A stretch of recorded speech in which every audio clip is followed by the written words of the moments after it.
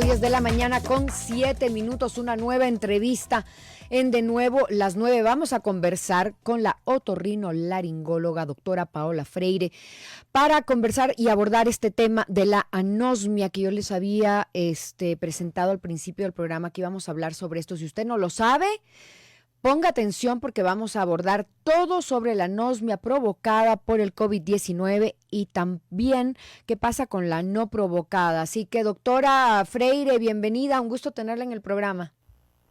Hola Marisol, buenos días. De nuevo, qué bueno verles, qué bueno estar aquí con toda la audiencia.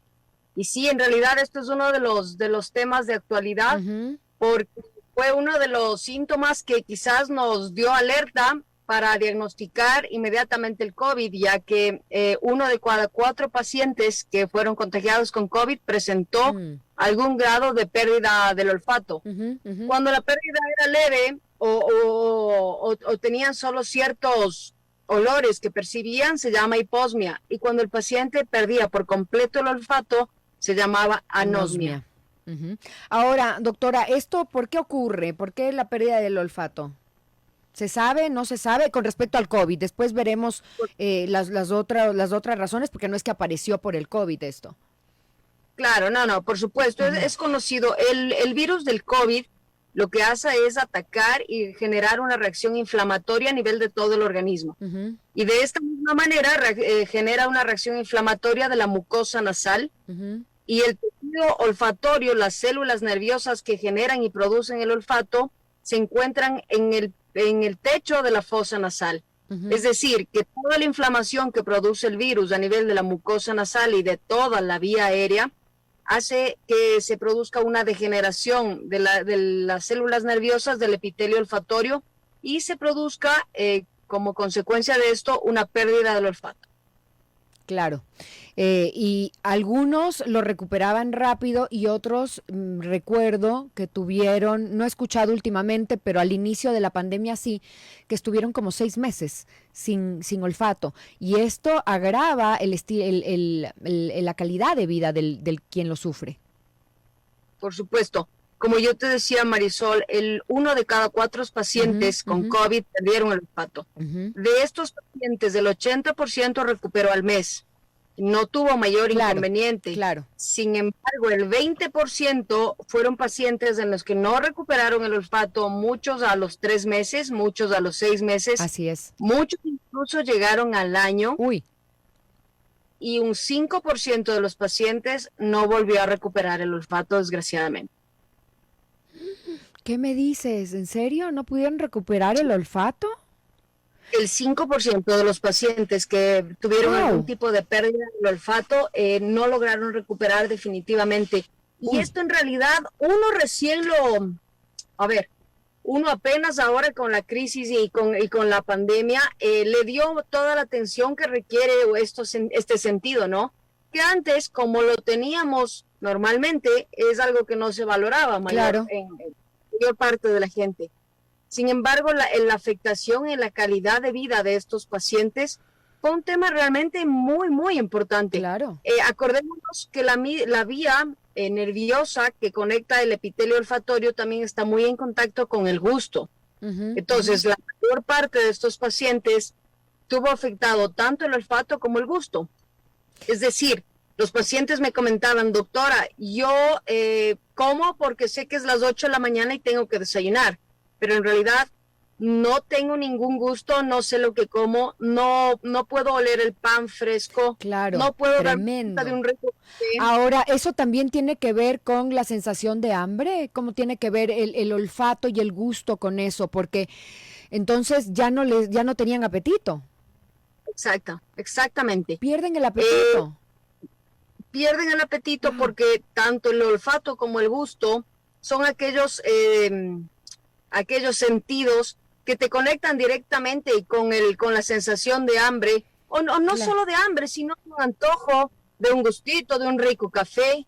Sin embargo, estos pacientes, al tener perdidos estos sentidos, obviamente comían porque sabían que esto era una necesidad biológica para el organismo. Claro. Llegaba a la 1 de la tarde, ellos no tenían hambre, pero sabían que tenían que almorzar. Y me decían, doctora, desgraciadamente yo puede ser que que el pescado o el marisco que yo comí no estaba en buen estado y no me doy cuenta. No me doy cuenta si está rico, si está bien sazonado, si está mal sazonado. Es No, hasta la verdad no me doy peligroso, cuenta. doctora, es hasta Y peligroso generó, porque también pienso en que no pueden oler otras cosas como una fuga de gas, por ejemplo. ¿no?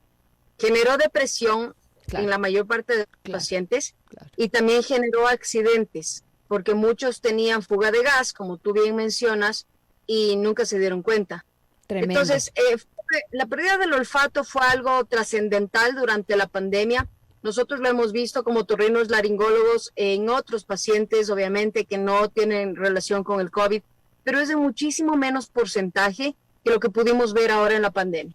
Ahora, salgamos del COVID y hablemos de qué es lo que puede generar anosmia. Una gripe prolongada, una gripe mal curada, ¿qué puede ser?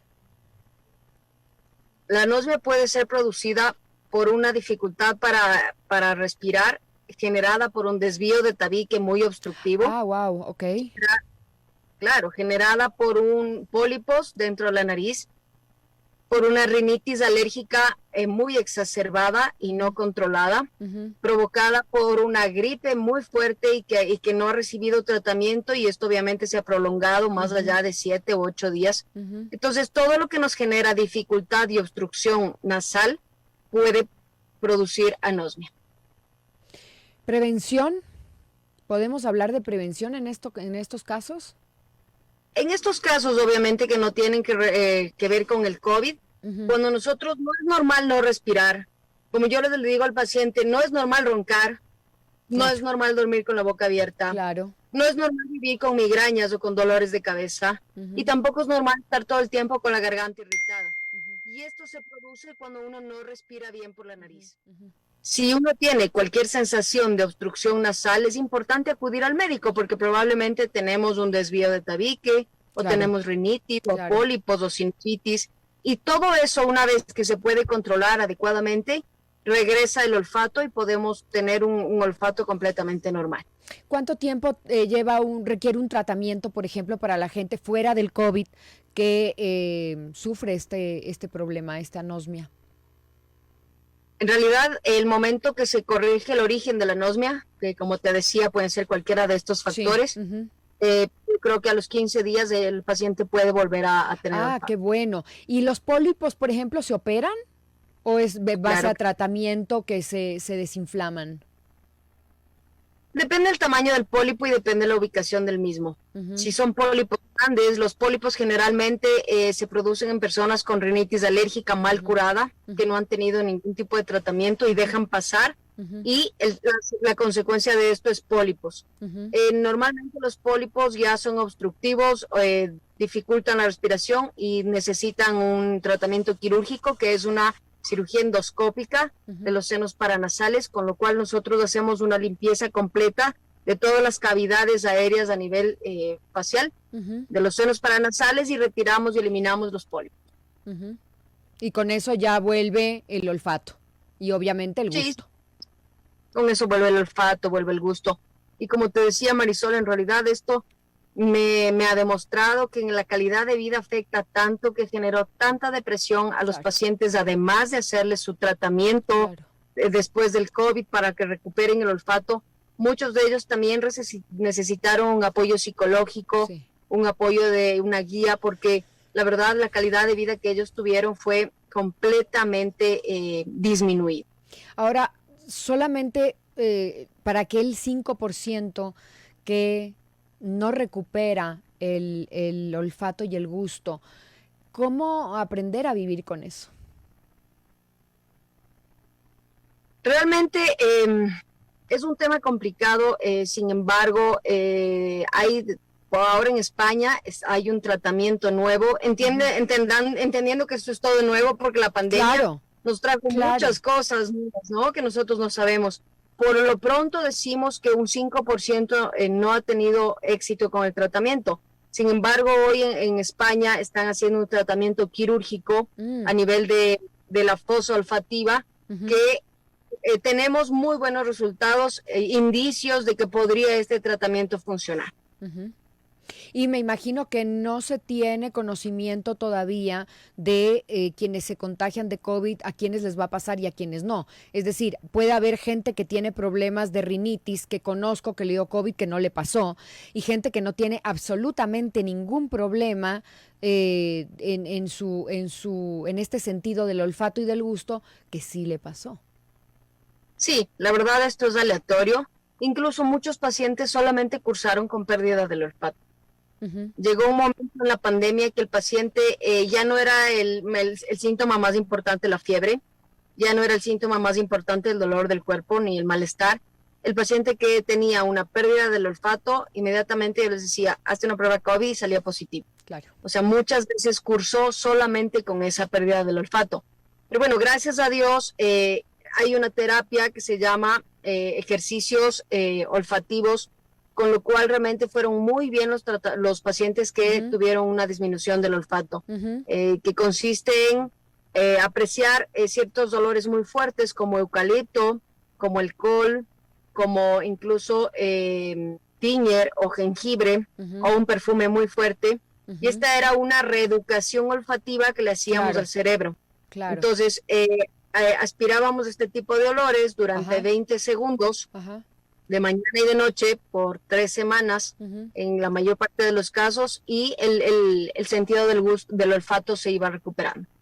Excelente. Bueno, muchísimas gracias, doctora, por habernos atendido en esta mañana. Ha sido la doctora Paola Freire, otorrinolaringóloga, hablando sobre la anosmia por COVID-19 y también por, como dijo ella, resfriados mal curados, por no chequearse a tiempo, que es muy importante, por normalizar el roncar, por normalizar, ya me va a pasar el resfriado y no va a pasar nada. Hay que ir al otorrinolaringólogo, digo yo, ¿no? Puede ser que no sea nada y por otro lado puede que sea, sí, puede que sea algo más comprometido si dejamos pasar esta situación. Así que muchísimas gracias, Paola, por habernos recibido. Gracias, Marisol. Solamente como mensaje final, dejar un saludo a todas las mujeres del país por mañana, que es el Día Internacional de la Mujer. Claro que sí. Siempre guerreras y luchadoras, así que Dios les bendiga a todas las mujeres. Gracias, qué lindo mensaje, Paola. Nosotros seguimos con más en De Nuevo a las 9.